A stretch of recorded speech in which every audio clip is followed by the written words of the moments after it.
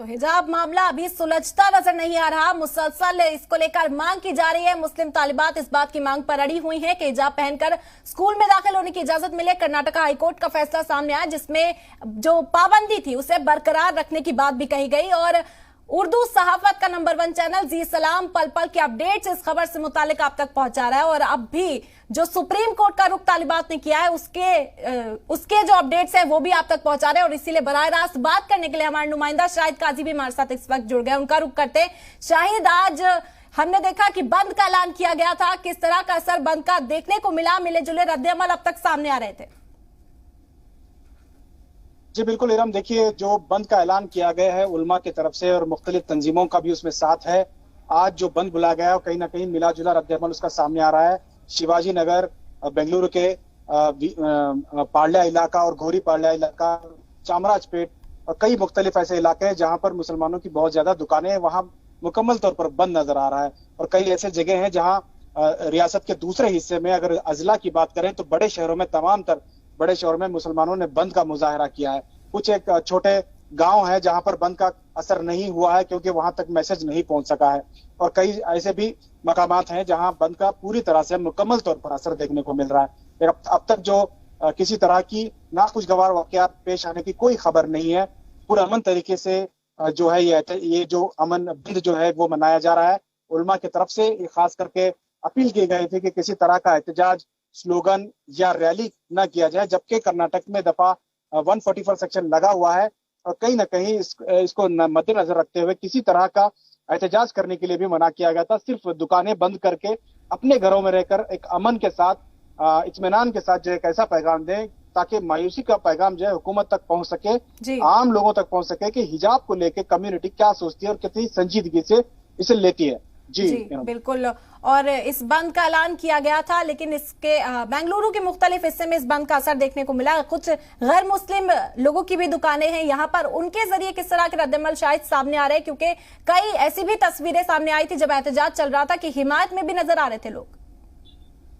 बिल्कुल इरम, देखिए आज हम लोग शिवाजी नगर का दौरा किए हैं। शिवाजी नगर में हमने जानने की कोशिश की कि वहाँ सबसे ज्यादा वहाँ मुसलमानों की दुकानें हैं, लेकिन जो मुस्लिम बिरादरान मुस्लिम हैं और उनके साथ जो गैर मुस्लिम बिरादरान हैं उनके तरफ से भी जो है इस बंद का समर्थन मिलता हुआ नजर आया है। कई एक ऐसे दुकान है जहां जो मुसलमानों की नहीं है फिर भी उन्होंने बंद करके कहीं ना कहीं मुसलमानों का साथ देके एक भाईचारे का पैगाम भी दिया है। हमने बात करने की कोशिश की, बहुत सारे ऐसे दुकान है शिवाजी नगर में जहां पर जो है गैर मुसलमानों की दुकान है, चाहे वो स्क्रैप की मार्केट हो, चाहे वो होटल के बिजनेस हो।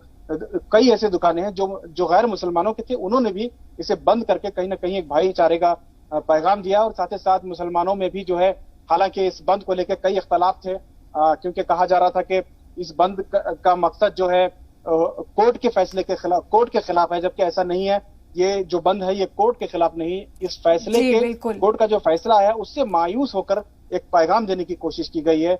और पूरे बेंगलुरु में इसका असर देखने को मिल रहा है। उलमा की तरफ से, जो समाजी तंजीमों की तरफ से जो बंद बुलाया गया है उसमें कहीं ना कहीं असर हमें देखने को मिल रहा है। हालांकि इसमें कांग्रेस के लीडरान का कोई अमल दखल नहीं है। जो भी मीटिंग हुए हैं वो उलमा ने अपने तरफ से ये बंद की कोशिश की थी। इसके बावजूद भी किसी तरह के कोई खिलाफ बयानबाजी भी नहीं हुई है। और साथ ही साथ जो है इस बंद को कहीं ना कहीं कामयाब करने के लिए न सिर्फ मुसलमान बल्कि ऐसे गैर मुसलमान भी शामिल हुए हैं जो हिजाब के हक में है, क्योंकि वो समझते हैं कि हिजाब कोई मसला ही नहीं है, ये सिर्फ सियासी एक इशू है जिसे उठाया जा रहा है। हिजाब यानी कि स्कार्फ को जो है इतना बढ़ा चढ़ा कर पेश करना और मुल्क का जो है सबसे बड़ा मसला बताना, कहीं ना कहीं ये मुल्क के लिए नुकसान है। रियासत की बदनामी इसमें हो रही है। कहीं ना कहीं कई लोगों का जो है इसमें साथ मिलता हुआ नजर आ रहा है। और अब तक का अगर हम देखें तो किसी तरह की कोई नाखुशगवार वाकयात नहीं है। पुरअमन तरीके से ये बंद जो है मनाया जा रहा है। जी बिल्कुल।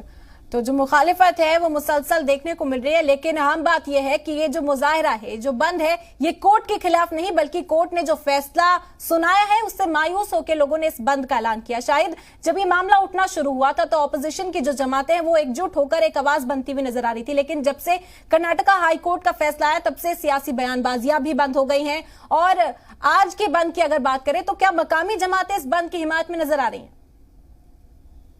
देखिए इरम, ये जो समाजी तंजीमें हैं, चाहे वो PFI हो या फिर दीगर जो तंजीमें होती हैं जो जिले सतह पे होती हैं, जैसे जमात इस्लामी हिंद हैं, जो दूसरे जो मजहबी तंजीमें हैं, उन लोगों का इस बंद में मुकम्मल तौर पर ताउन है।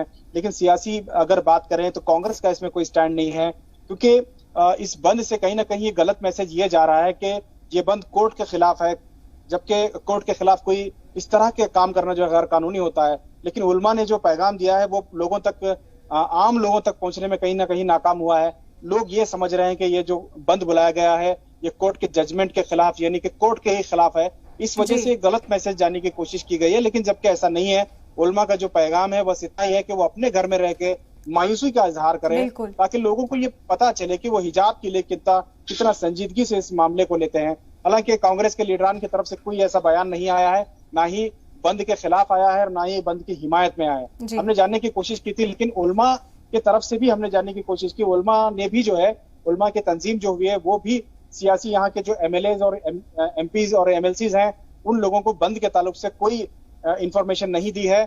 उन्हें बात करने से पहले उन्होंने ये ऐलान किया है, जिससे थोड़ा सा कल जो है इख्तलाफ हो रही थी कि इतना बड़ा डिसीजन जो कि एक गलत मैसेज भी जा सकता है, ऐसे डिसीजन को लेने से पहले अवामी नुमाइंदों से मशवरा करना चाहिए था और जल्दबाजी में ये फैसला नहीं लिया जाना चाहिए था।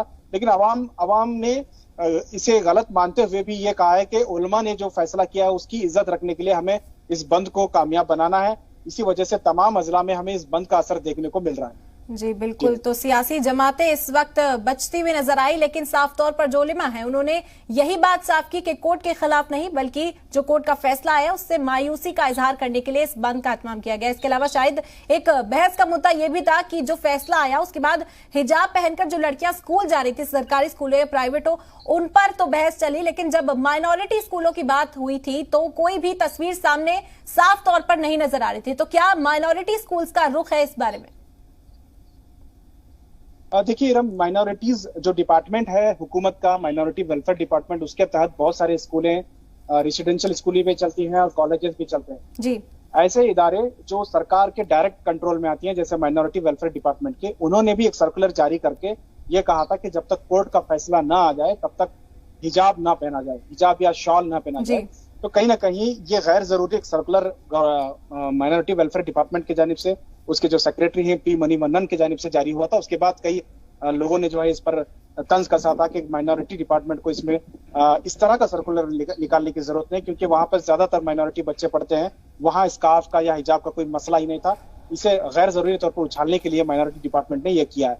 अब चूंकि कोर्ट का फैसला आ चुका है, कोर्ट ने जो बच्चों की अपील है उसको रिजेक्ट किया है। कोर्ट ने ये नहीं कहा है कि हिजाब को बैन किया जाए, कोर्ट ने सिर्फ इतना कहा है कि हिजाब को कंपलसरी नहीं किया जा सकता। अगर सीडीसी कमेटी इजाजत देती है तो वो पहने या नहीं देती है तो वो ना पहने। यानी कि कोर्ट का मोटा मोटी अगर देखा जाए तो यही फैसला है कि मुकम्मल तौर पर हिजाब को जबरदस्ती नहीं किया जा सकता। अगर CDC committee, college development committee allow करती है तो वो बच्चे पहन सकते हैं। अब मामला जो है माइनॉरिटीज बच्चों का जो हिजाब पहनकर रोजाना कॉलेज जाती थी, उनके इम्तिहानात हैं, एग्जाम्स हैं। अब एग्जाम्स के लिए सुप्रीम कोर्ट के फैसला आने से पहले उन्हें एग्जाम जाना पड़ेगा, तो उस वक्त क्या किया जाए? उसके लिए अमीर शरीयत और उलमा इकराम ने यह कहा था कि कॉलेज इंतजामिया से बात किया जाए और उन्हें ये अलग से कमरा या क्लासरूम देने की बात की जाए, ताकि जो स्कार्फ पहन के, जो हिजाब पहन के बच्चियां आती हैं उन लोगों को अलग से इम्तिहान लिया जाए। और अगर ऐसा नहीं होता है तो ऑनलाइन इम्तिहान लेने की भी गुंजाइश की जाए। मुमकिन हो, जितना मुमकिन हो उतना। अब देखना होगा कि किस तरह से सुप्रीम कोर्ट का फैसला सामने आता है। जेरे समात ये मामला अब सुप्रीम कोर्ट में होली के बाद समात होगी। देखना होगा कि क्या इन मुतालबात को मानता है सुप्रीम कोर्ट या फिर इसी तरह का कोई फैसला सामने आता है। बहुत बहुत शुक्रिया शाहिद, खास बातचीत हमारे साथ करने के लिए।